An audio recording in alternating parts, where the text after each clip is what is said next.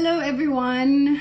It's once again another exciting day with another exciting guest. I have Ms.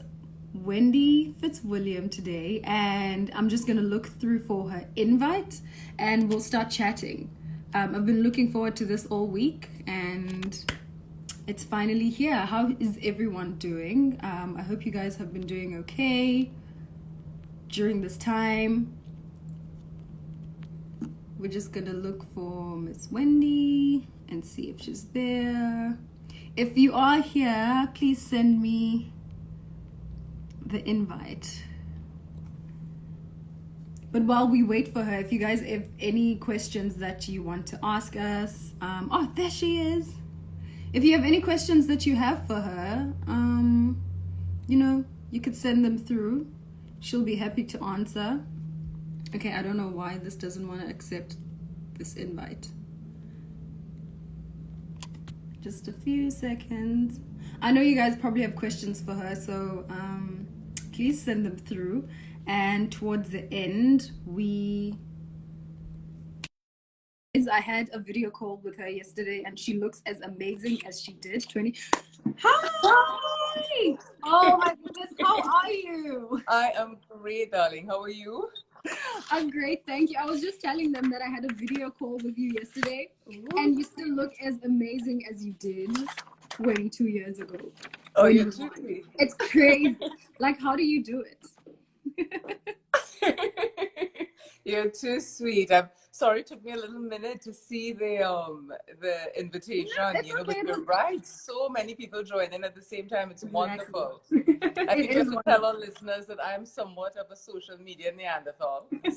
No, you did amazing. You actually did amazing because this was like a record time coming in. How have you been? Oh, good. Despite the circumstances of what's going on in the world now, my son and I have really buckled down and I'm getting a lot done. I'm a glass half full kind of girl. So, I'm making the most of it. How are you doing? I'm doing good. Thank you. What an interesting year you're having. What an interesting year for me. I just put out a video and I was like, I knew it was always going to be an interesting and different year, but I never imagined, that this could happen. But, like you said, we make most of what is happening and we all just have to keep our feet on solid ground and keep fighting, and we're going to be out of this soon enough, hopefully. That's right. Absolutely. And I hope a little more caring and stronger as a species, contributing a little bit more holistically and caringly. Yes, we have been needing so much kindness and people have bing showing it. Exactly. So I'm so happy to see it, hoping that it continues, even after. We're speaking of how different it is now with my time and your time, and I think that's what people want to hear today. Yes. The differences in our time of reign and in our time of era. But it's been 22 years, Wendy. Do you remember how it felt when you won? Do you remember that moment? I think when they announced absolutely it was winning Miss Universe is not something you ever forget. Yeah. Yeah, exactly. That moment is vivid and real forever. And also, I think the memories of the year. I won in 1998. So if you think about it, the internet came into being in the US and in North America in 1995, around there. But for the rest of the world, communication exploded around the middle of 1997 onwards. So I was the first title holder to do her year in real time with the planet. So if you were looking at, CNN, wherever, you looked at, it was the same programming all over the planet. And that, I think, was revolutionary at the time, but how far we've come that you can sit in your apartment in New York. I can pull myself together in Trinidad. And do this. It is quite an interesting time. But how was the reception? How was the reception? How was the reception after you won? Because I know Trinidad was probably losing their minds, but how is it globally? Because now people have been introduced to the internet, and finally they could celebrate in your success as well, or not. How was it with me? How was it? Well, it was from the very moment I won Miss Universe. The love I received from Trinbagonians, just unreal, and continues to be. That's the other thing, you know. I still run into people almost every time I'm out in public, you know, who say, we love you, thank you, we respect you. It's not hero worship so much as you are one of us and we appreciate you, what you've done, what you continue to do. It's really 99% of the time an absolutely wonderful experience. Absolutely. You know, when Yeah. you live that kind of impact, it doesn't matter how many years, people will still be talking about you, because it was such an incredible moment, even for me. And I was like, how old was I when it happened? I probably couldn't even watch TV back then, but I know about it and it impacted me. Well, as your young as I country, am. South Africa, holds a very special place in my heart. Have South you been to South Africans, Africa? oh, many times, and Love that. many. And South Africans treat me like their own. And still, anywhere I run into your people, anywhere on the planet, you know. People of Ubuntu.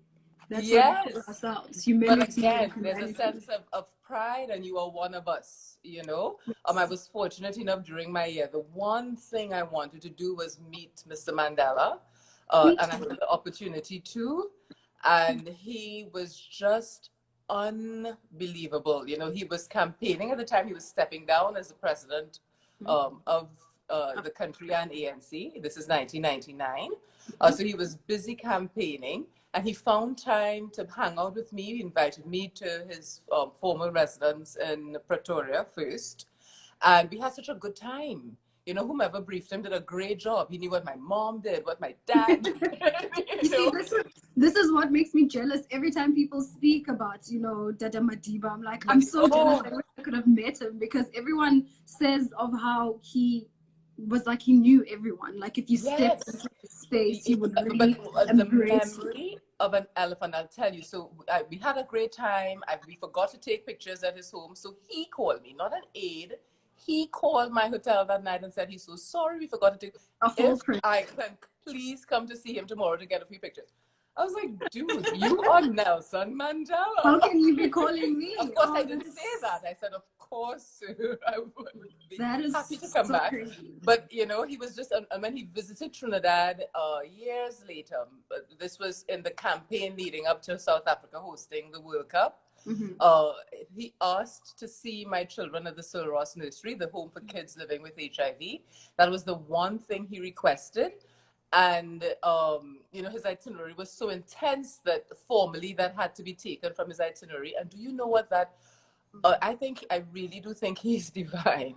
He did, and this is, you know, he's a little older now. He's traveling the world. He's exhausted.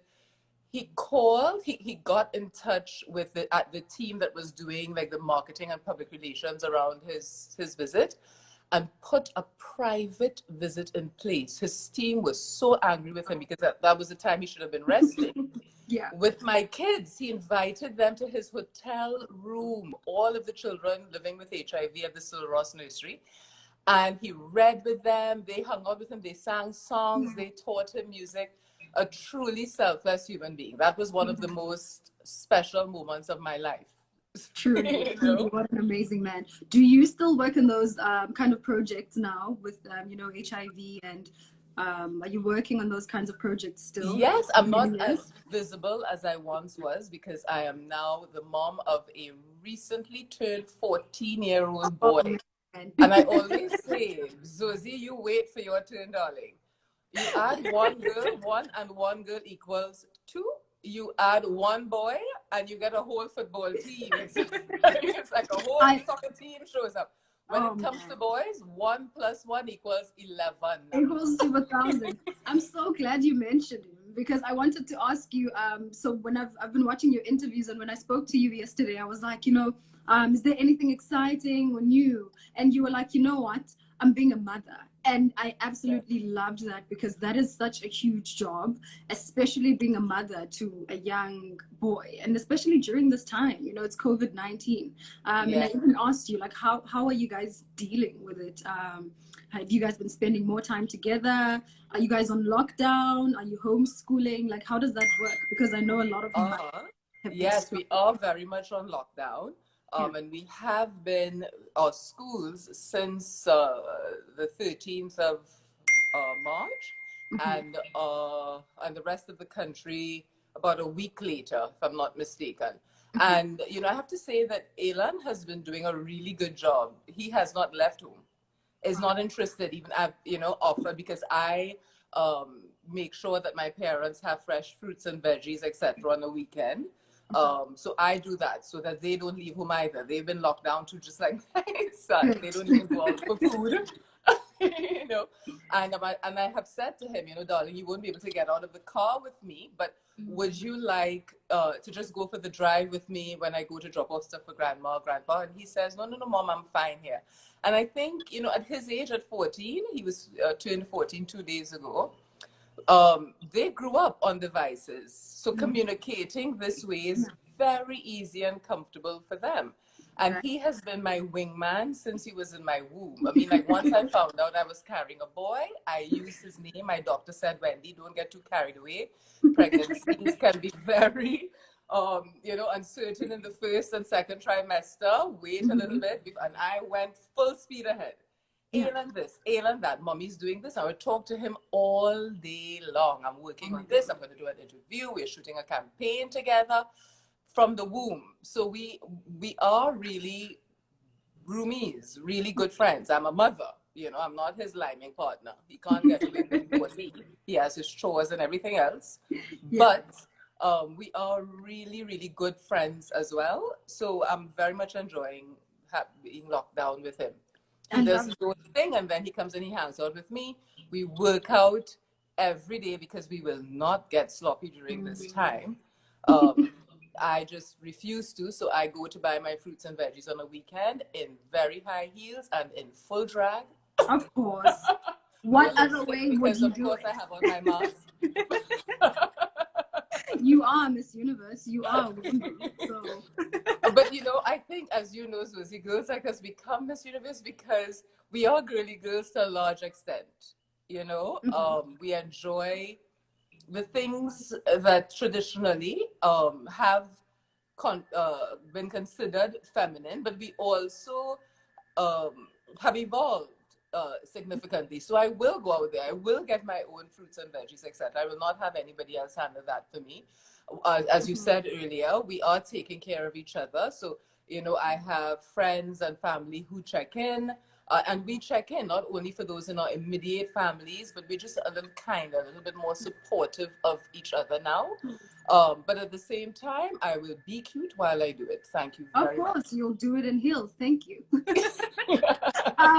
I love this relationship that you have with your son. And I was watching a lot of your interviews and you were speaking about, single motherhood and how much people had opinions about it, different opinions. And I can't imagine how challenging it must be for you as a single mother to raise a boy child. So mostly on my platform, I speak about gender equality, things like gender violence. And, I always speak about how we need to start grooming the young boy child to grow up to be this considerate man that we need in society in the future. How has that been for you? Has it been challenging for you? In some ways, very much so. In others, not so much. Being a single mother and making the decision to become a single mom, I recognized that, I would have limitations. And the first thing I had to do was give up my pride and accept the support and the kindness of my parents, of my very good friends. I have several friends here in Trinidad and Tobago who step in because I do travel a lot for work. And before Alan started school, so from 0 to 2, he went everywhere with me.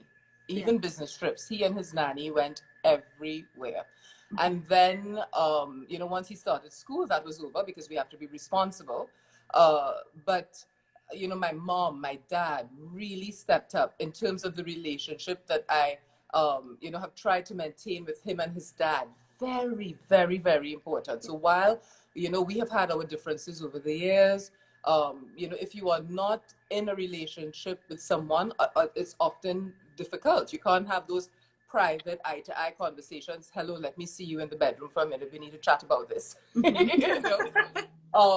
but I have always done my best to make sure any differences I may have with his dad, I do not present to him. Yeah. You know, you keep adult matters very separate, and that goes for whether you're a single mother or not, whether you're in a relationship, you have a partner, a husband. You know, it's very important to allow children, I think, to be children, to be honest with them. So there's no fluff either. Yeah. When he asks a question, he gets a straight answer, but I never overshare either. I answer the question asked. The objective is to be honest, but not traumatize the kid. Yeah. We don't want that. Exactly. So yes, you know, the main challenge I would say has been not having that person there always to pick up the slack. You know, so if now, you know, I consult with the University of Trinidad and Tobago, which has 14 campuses across my beautiful country. He does not go to school all over Trinidad and Tobago. And as I said, he's a really active 14-year-old kid. So that means occasionally a broken finger here, something there. And, you know, sometimes I'm just too far away to step up in the middle of the day. My parents have traditionally, and as I said, I have very, very good friends. I want to mention Cynthia and Joseph particularly. You know, a couple that I have known for several years, and I call them my parent friends because they're always there. You know, they work and live close to where he goes to school. So when I am far away, they are there to step in and assist. But it really does take a village to raise a healthy, well-adjusted kid. So we're almost there. As I said, he's 14. The jury's still out. The jury is still out. I think you're doing the jury's still out, but we're working hard to make sure he is healthy and well-adjusted. Of course. I mean, you're doing a brilliant job with it, I must say. So, but it's, as I said, it's my parents, me, my friends. It's a whole village. It's a whole village. Yeah, absolutely. I want to backtrack a little. You spoke about how when you first came on the internet was new. Now we have a whole other different beast. We have social media. Good. And I I envy you sometimes in a way, and all the other queens that came before social media. And here's why. I'm super grateful for social media. It's amazing. You get to connect with your followers. You get to build your brand a little bit more. You know, you let them into your life, and you learn about their lives as well. And I think it's the most incredible thing and tool that we can have. But I also think at the same time, it's quite a difficult one to have, because you are open to so much criticism. You are open to so much of people's opinions, just, you know, saying negative and horrible things. And I've got my fair share. Yes. So I was about to ask, how was it with you, you know, in your time? How did you get that kind of feedback and communication between you and your followers, whether both negative or positive? How did you keep that connection with people? So, you know, my time was very early in the internet game. So communication was primarily through traditional media. You know, I received a lot of handwritten letters, and it's remarkable how effective the global postal services. You know, I've gotten letters from India, the Philippines, to Queen of the Universe, Trinidad Islands, not a proper address, and it arrives in Trinidad and Tobago. But the feedback came largely via traditional media. You know, something would be said by anyone, and then it would be picked up, and then I'm interviewed, and I'm, you know, supposed to be speaking about one thing, and something else is thrown at me. And the response to that, I think, is the same. You have to be now, in the time of social media, much quicker and lighter on your feet. Very quick. You very, very quick.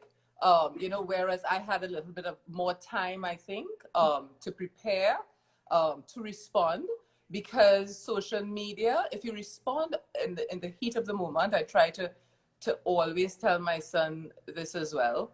It's a permanent record. I'm a lawyer by training.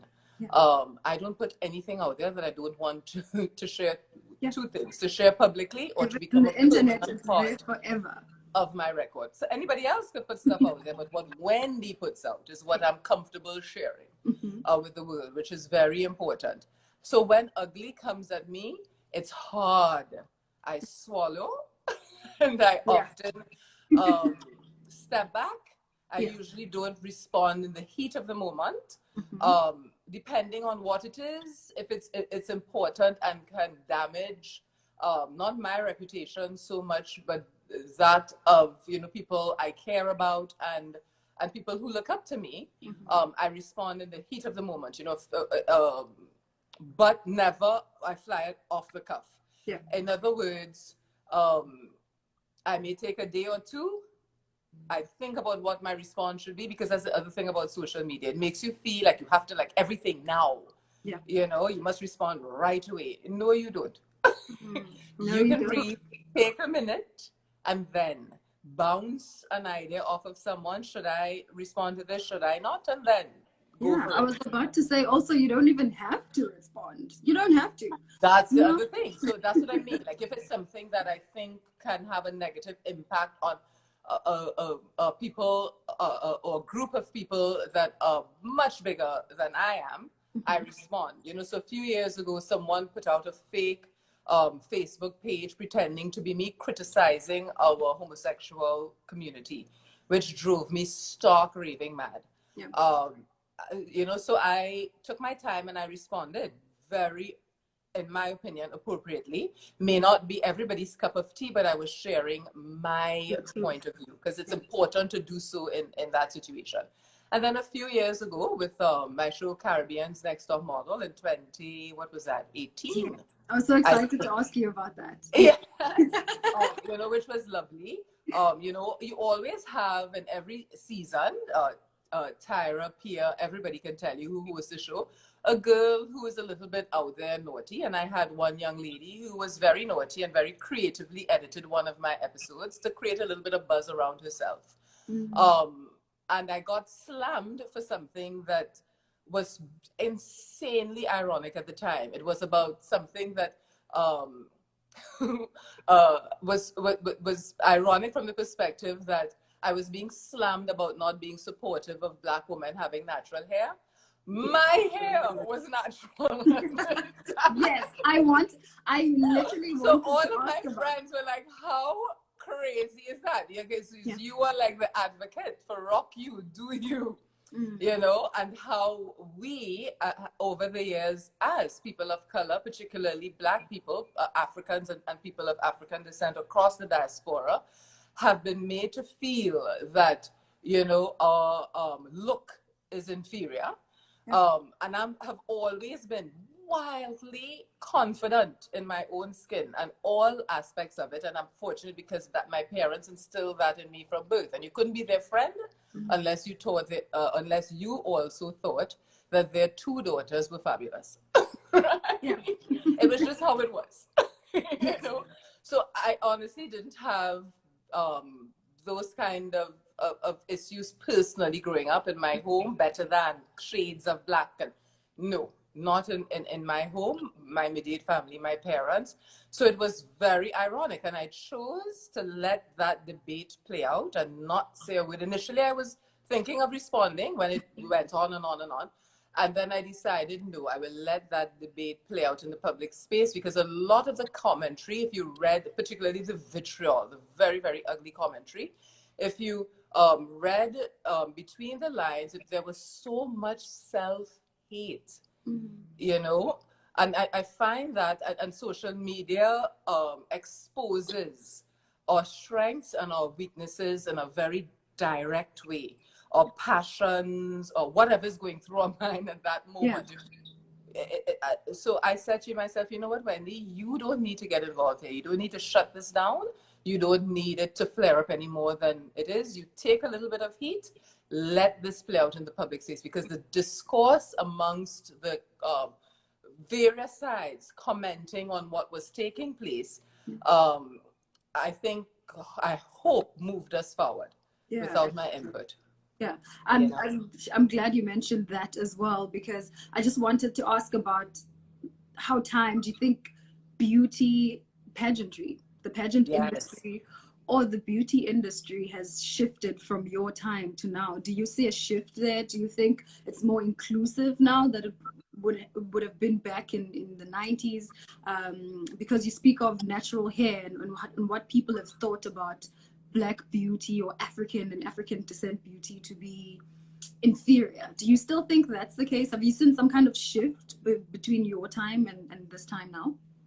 Yes, but and we've had a steady progression, and then we regress every now and then as a society, particularly when we do make a quantum leap forward in anything that is significant and may have the consequence of a shift in power. You know, so I was not the first Black woman to win Miss Universe. Trinidad and Tobago won Miss Universe in 1977. Janelle Commission, beautiful Black woman with short hair, relaxed hair, but her natural short hair in 1977. You know what I mean? Yes. And then we had a decade or two. Jackie, yeah. Yes. Of no representation at that level across the board of women of color. And I think that that is the change that I'm seeing now that's different to the 70s when you had what we called then Black Power. I would like to believe more sustainable now, more consistent and varying types of beauty. So in much the same way, you know, Caucasians, Indians, Asians don't all look alike. The Black standard of beauty is not one thing. No. You know, correct. And this may be a little bit politically incorrect, but you would find that Black beauty sometimes diminished as that because we would try to peg Black beauty as one look. Yeah. Do you understand where I'm coming from? I do. Whereas, you know, a Filipino can be fabulously Filipino, and China has so many tribes, but you know, as distinct from a Japanese person, a Chinese person, Vietnamese, they all have very different looks. You know, and they're all embraced and accepted in much the same way Caucasians are very different. You know, the Slavic people are very different to the Southern Europeans, etc. Right? Absolutely. And we accept all. You know, Monica Bellucci has never been forced to compete per se in terms of her beauty with Brigitte Bardot. Yeah. Right? Claudia Schiffer has never been forced, or Cindy Crawford has never been diminished because she has brunette hair as compared to Claudia Schiffer, who has blonde hair, or Gigi as opposed to her sister Bella. Yeah. So the point I'm making is we are finally getting there as well, I think, in terms of embracing all forms of Black beauty. If we do that, then this silly hair debate disappears immediately. Yeah. Definitely. That was so powerful. Like the most incredible thing I've heard all week. Yeah, I think it goes back to actually just looking at beauty as a broad spectrum and not trying to box it into something, you know. This is how beauty should be. This is how beauty should not be. I have a lot of people asking me, what do I think a beauty standard should be, since I'm not happy per se as to what people are perceiving beauty to be today. And I always say, I don't want a beauty standard. I'm trying to have us all cancel out that word even. There shouldn't be a beauty standard, because once there's a beauty standard, we are sure to exclude some other kind of beauty. You know, someone will be excluded, and that's not what we want to do. We want more inclusion, we want more representation, and so there shouldn't be a beauty standard, you know. So I absolutely echo your sentiments so much. And thank you so much for that. That was really powerful. Now, I want to ask as well about you. Well, you spoke about Caribbean's Next Top Model. How did you transition? You know, were you a model before Miss Universe, or did you start Yes. going into the modeling industry and transitioned into? How did that happen? How did Caribbean's Next Top Next Model top come? model happen. So Yeah. I started actually modeling when I was 11. My first paid modeling gig was at Wow. 11 in high school, Form 1 at St. Joseph's Convent. And I sat for an artist, one of our well-known artists. My art teacher took us to his exhibition. He liked my look. He asked if he could paint me. And she said, if you come to class and teach a class, sure. And then he liked me. So you know, until I left Trinidad to go to Barbados to study law, I basically sat for Bosco every Saturday morning. But that was the first paid job. And then I started to do runway shows, television, advertising, that kind of thing. By the time I was 18, I had about 15 TV ads under my belt and that kind of thing. But coming from the Caribbean, you know, our market here is really small. You know, Trinidad is one of the big three in the region, and our population is 1.3 million. Wow. That is what? Wow. Quarter, not even quarter, 1/8 of New York City. You know, so as a profession, it's very hard to earn a living as a model strictly in Trinidad and Tobago, and I dare say most of the Caribbean. But it's great training for so many things. I think so many other professions, and even as a model, the girls of the Caribbean have done well all over the planet, and largely because we are a hodgepodge of every continent, right? True. It's warm here, Zozi, and a lot of fun. And so we can't keep our hands to each other. You can't really tell what any of us are. You know what I mean? Wow. Yeah. You may have a Wendy Chin that looks exactly like me, and a Vanessa Mohammed who looks like you.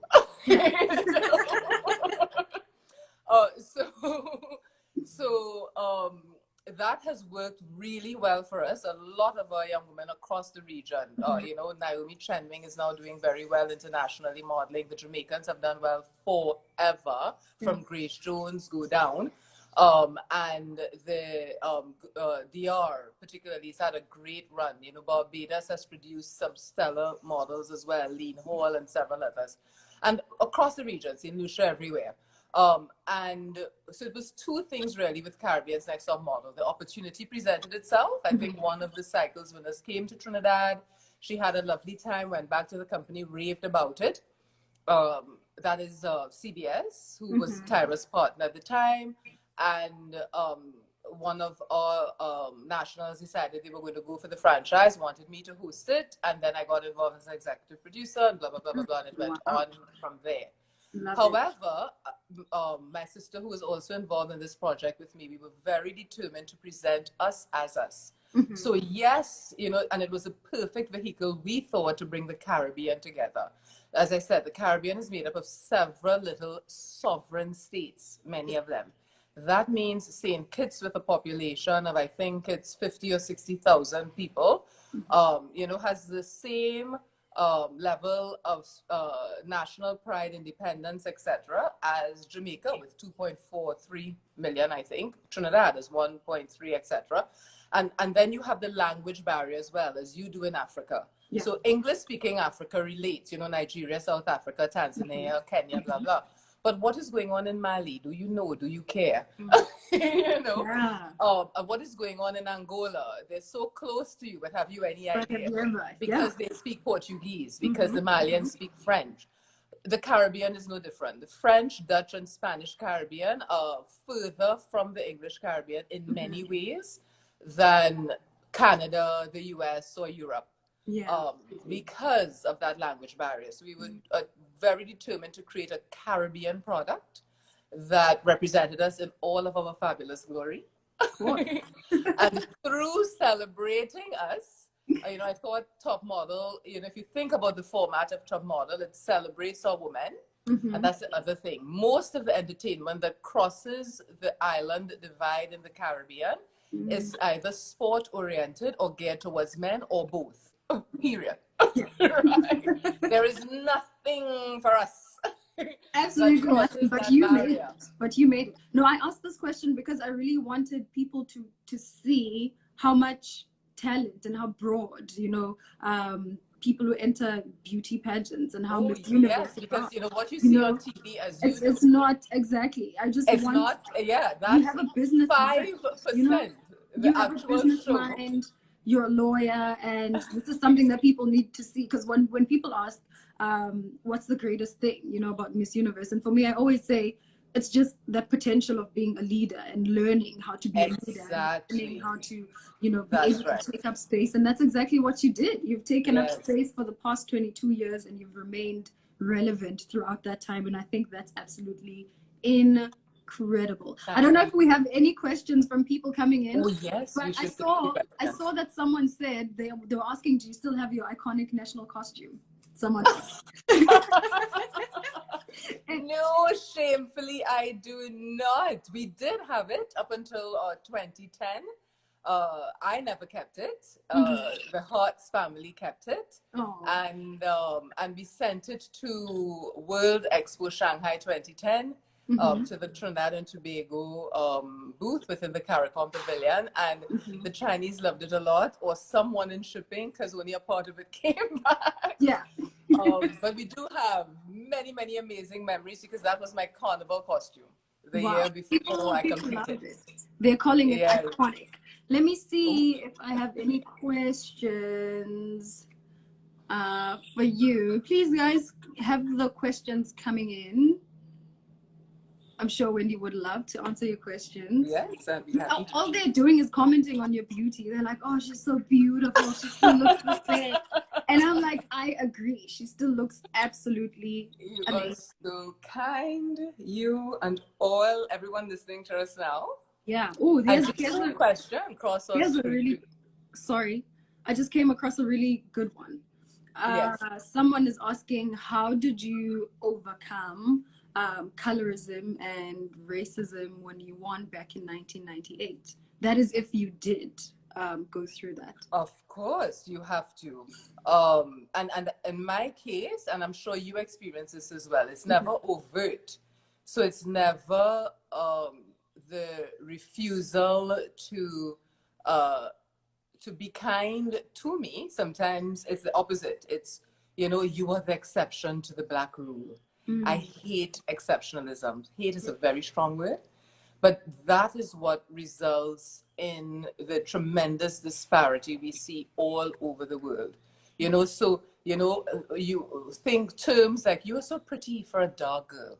Yeah. What does that mean? What is that? For a Why dark can't girl? you just be beautiful? And how I overcome that is by usually firmly but kindly educating. So I'll make a quick response that's very for a dark girl, I used to say, and I still do. I'm like, I know I'm gorgeous because of my dark skin, not in spite of.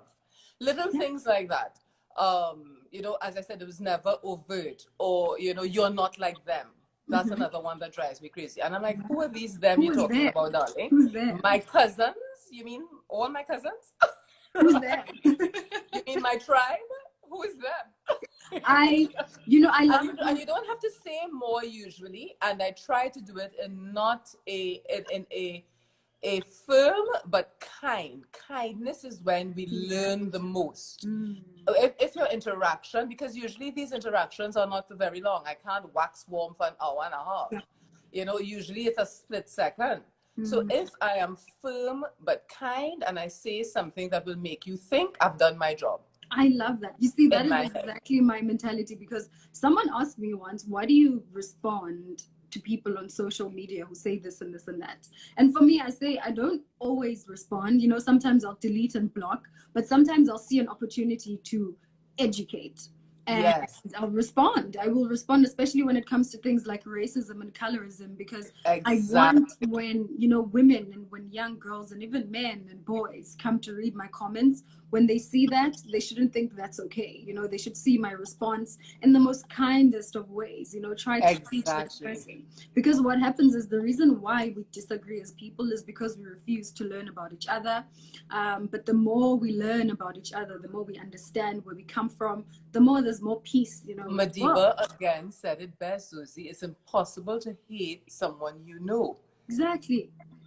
It's Exactly. impossible to hate someone you know. Yeah. And so knowledge is everything. when I get that kind of judgment, people ask, how do you not get offended? I'm like, it is offending, but sometimes people act the way that they do because they don't know, because it's the way they've been That's taught. right. They've been taught to see the world in this way. Maybe someone. My mom said something to me as a kid, and I didn't appreciate it until I was competing at Miss Trinidad and Tobago, because I was long and very skinny and very dark. And everyone was like, where's she going? Not everyone, but a lot of people in the city, because they had not seen anyone like me compete and do well in that space before. Absolutely. And my mom always used to say to me as a kid, like if anyone's teasing me because I'm long and lanky or my eyes are too big or whatever, she always used to say to me, Wendy, always remember, nobody pelts stones, throws a barren tree.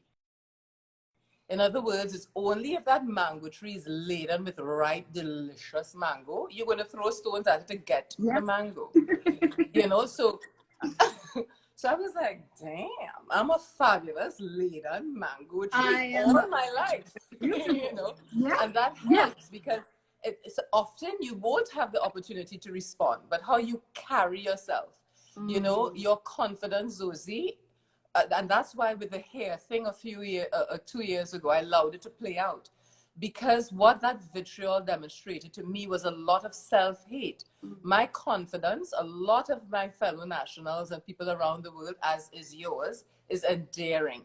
People love the fact that we are attractive, confident women. We don't apologize for who we are. Yeah, absolutely. But we're not rude, and we don't think we rule the world and will mash up everybody just because we're cute or have been judged to be. But that confidence, for people who are not confident, for people who have been told all their lives that their glass is half empty, that grates on your nerves. Absolutely. So I don't have the time, as I'm sure you do. You won't expend tremendous amount of energy in that space. That's negative and ugly. Yeah. But how I think you help even those in that space is by going on with your fabulous self. One fabulous foot in front the other. Yeah. I love that. I should call you every day, literally just for my self-confidence. Just have a video. Or maybe you should just make me a video. You don't need to talk to me, girl. You need to speak to my mom and dad. Or just send me a video. Do your parents, I have to ask you quickly, one thing quickly. Do your parents, I look a lot like my dad, I have all my mother's mannerisms, and in their heads, they are still the reigning Mr. and Miss Universe. My dad, I love that. I love that you said that, because my dad is actually more Mr. Universe than anyone else. You can ask you can ask anyone in South Africa. My father is the reigning Mr. Universe right now.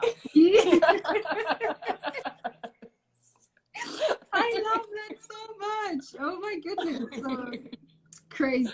It is crazy. Yes. But they're proud, they're very proud. Do you keep in touch with your Miss Universe sisters from 1998? I do, with some of them. So Shawnee Jabir, who was Miss USA, she now is happily married, lives in Colorado. When she lived in LA, we spent a lot of time together. But since she moved to Colorado, I don't see her, but I keep in touch with her. I keep in touch with Laura Dutta, who was Miss Universe in 2000 from India. She's a sweetheart. Brooke Lee, who crowned me. Again, I don't see Brooke all the time, but when we cross paths, we always have a good time. Justine from Panama. So the other day I reconnected with Varushka, my first runner-up, Miss Venezuela, who is in Miami now with her beautiful family. So I do, and I love that about our sisterhood, in that we may not see and speak to each other every single day, but when we do, it's like no time has passed. And even if we don't know each other, we haven't had a personal interaction before a particular event, or something that brings us together. there is a sense of sisterhood, of looking out for each other, of support, you know, which I like. It's very counter to what the world assumes pageantry to be, you know, girls competing fiercely and catty and hate each other. I mean, you can tell from the moment I won, I didn't get that, you know. Even the young woman stormed at the stage, made it impossible for Brooke to crown me and sash me. That is so funny. Someone just made that comment, Wendy. They said they'd never seen anyone so happy for someone who'd won than you're here, because when you won, they didn't even give you a chance to get crowned. They jumped on you in celebration, and someone just made that comment. Because we really had a good time, you know, like while I was there to win for sure. I wanted to do well. I didn't think I would win, I will be honest. I thought I would do well and I would make top 10. But I mean, you know, I was like, God help a sister out here. But, you know, I'm okay. If I go home to finalize to write my exams at law, I'll be okay. And so I had a great time in Hawaii. You know, I learned to samba from Michelle, Miss Brazil. You know, Miss Panama was so gorgeous and taught me how to care for my curls fabulously. You know, Karishni Naika, who was my Miss roommate. South Africa. Yes, Karishni. Karishni was my roommate. Oh wow! And she was also studying for her finals at the same time. She studied pharmacy. She did pharmacy. So so we would go back to our rooms and everybody's downstairs hanging out with their parents after rehearsals or their friends. We would go back to our rooms and cram together. I mean, Krishna and I really hit it off, as did Lamarina from India, Anna from Russia. We had like a great little posse. Shawnee and I ruined it for you. Up until my year, Miss Universe and Miss USA had 2 separate apartments in Los Angeles. And when the company moved to New York, they acquired 1 apartment for the 2 title holders, because Shawnee and I spent so much time together. We ate dinner almost every night once we were in town in each other's apartments. You know, the company was like, why are we paying for 2 apartments if you all live together anyway? If you're living together. I love that. Wendy, I feel so bad. I have to like cut you short, but the Instagram page does cut, you know, Instagram cuts when we've been talking for a while in almost an hour. So it's going to cut us soon, and I don't want it to cut us before you can say your final goodbyes. So if you have any last words that you want to say to the people that have been listening, please say it now. And I'm sure I must. Firstly, before you know, the wonderful people who are listening to us, Zozi, I'm so happy for you. I am so proud of you. You're representing phenomenally well the sisterhood, your country, your continent, everyone who looks like us. Thank you so much, Wendy. And God continue to bless you tremendously. You know, to tremendous support globally. You know, those boys in Brazil and the Philippines and Thailand and Jamaica and Trinidad and everywhere that really support us. Who say a little prayer for us regularly. I still carry in my wallet a prayer I received from an older lady here in Trinidad and Tobago 22 years ago. And they exist. Even the ones we never meet know that we love you. We appreciate you. You guys have been phenomenal over the years. 22 years and counting, and I still get nothing. Yes, thank you. Absolutely. So Wendy wants to thank you guys so much for continuing to support her, and I want to thank you. Stay home. And stay home. And stay home. Listen to the queen. She says stay home. Thank you so much for joining me, Wendy. I was looking forward to the whole week, and I'm glad that it finally happened. Thank you for your wisdom and just your kindness and everything that you represent. Thank you for joining us. Thank you, Susie. So lovely. Thank you. Bye. Bye, Wendy. Bye. Guys, thank you so much for joining us today. That was quite incredible and special to see what someone has been doing 22 years, you know, after they got crowned. You know, we spoke about racism, colorism, but most of all, we spoke about love and respect and teaching each other kindness and tolerance, because the only way that we can really all truly know each other is if we learn about each other and if we're kind to each other and if we tolerate each other. So thank you so much for joining us. Continue with the conversation conversation on hashtag Universe United. Send in any questions that you want to send. Send in suggestions of people that you would like us to, speak to. And yeah, just continue being this global virtual community that we are. Thank you once again for your time and for joining me today from whichever part of the universe you come from. Love you guys.